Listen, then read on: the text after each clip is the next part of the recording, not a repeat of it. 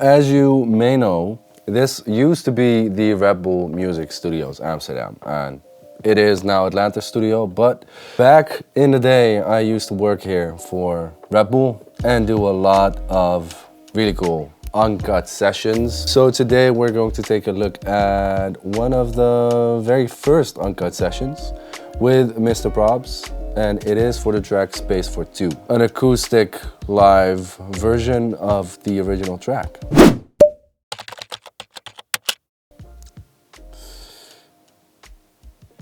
Okay, so as we can see over here, we've got an acoustic guitar. That's what it's starting with. I'm using a Peluso B12, which is a C12 clone by Peluso.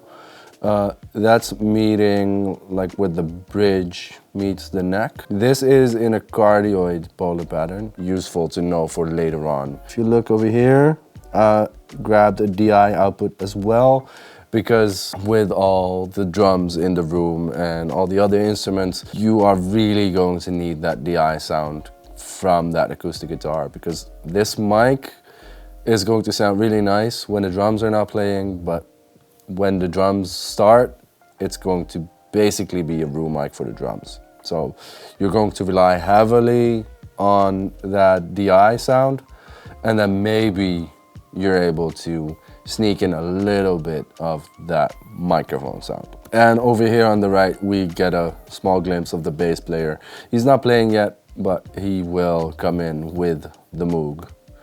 And then we've got Mr Probz himself on the vintage U67 we have over here. Sounded amazing, but we had to do a couple of things polar pattern wise to make it work, because as you will see later on, the drums are right there under the logo, right behind me. If you have a polar pattern, cardioid polar pattern, so this would be the mic here, and then this would be the drums, right?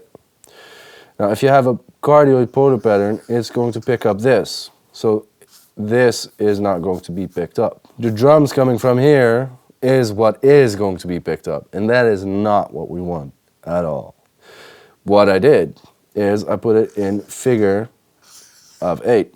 So now the cancellation on the side is canceling out most of the drums. Now that little bit of pickup pattern on the back is still going to pick up some of the drums. You can't get them out entirely, but figure of 8 is one of the most powerful polar patterns to get rid of spill.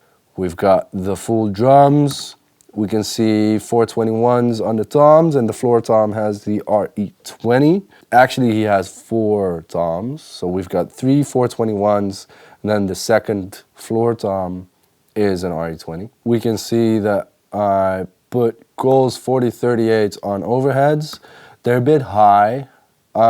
These days I tend to take them down a little bit closer to the kit. Also here, the polar pattern of a 4038 is going to be figure of 8, so everything in this plane is going to be canceled out. Not that you really need that, because the drums are going to be the loudest in the room, so the gains on those mics are not going to be insanely high, so it's not going to pick up that much of the rest anyway, but maybe it helps.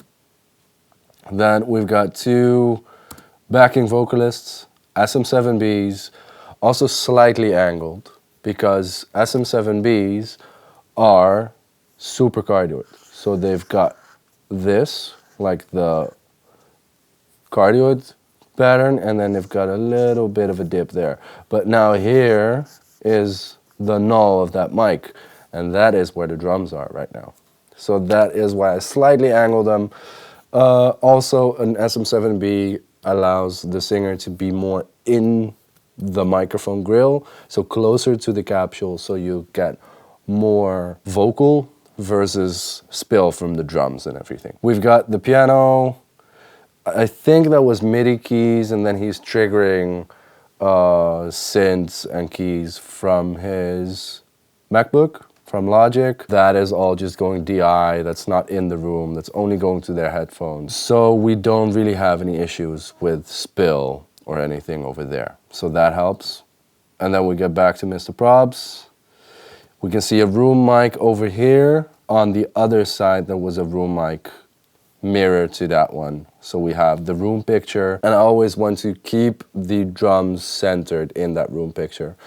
And I think Mr. Probz was standing a little bit more to the front, so he is also around the centered image of that room picture. The vocal is going to be high up in the mix, so it's not like if it's slightly to the left or to the right in those room mics that he's going to sound off to the left or anything. That's not the case, so I'm not too worried about it. With drums, because they're so loud, that might actually affect the positioning of the snare, for example.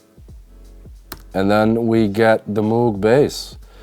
Also very simple, just a DI out. From the video I can't really tell what I've used, but I'm guessing it was either an Avalon U5 or it was just a regular DI and then going into a Neve 1073.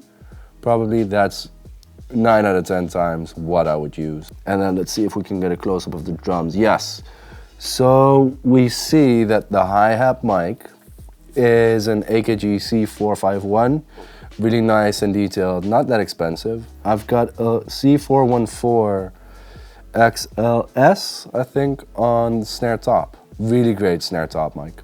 I didn't have KM84s back then. Nowadays I like to use KM84s, but a 414 also really works. Definitely if you're doing like rim shot stuff and more detailed high-endy stuff. If you're going for rock drums, just pounding on the snare, please do a 57. But other than that, for this stuff, yeah, 414 works. Also, you would think that with him holding the mic and everything, I would have a lot of rumbling noises, but I didn't really have to take anything out. So that was great. Ooh, also again, no kick mics in sight. Are we getting a glimpse? Ooh, I think, let's check. Yeah, I'm just going to make the guess that at least the kick in mic is going to be a Beta 52, but sure. And then the kick out might be a 414, maybe a U47 FET, but I don't think we had that. Maybe I borrowed it, but I think I used a 414 for the outside kick as well. And that's basically this entire session. I hope you enjoyed that video. I hope you learned something from all the polar pattern stuff and positioning people in the room. And I'll see you on the next video. Later.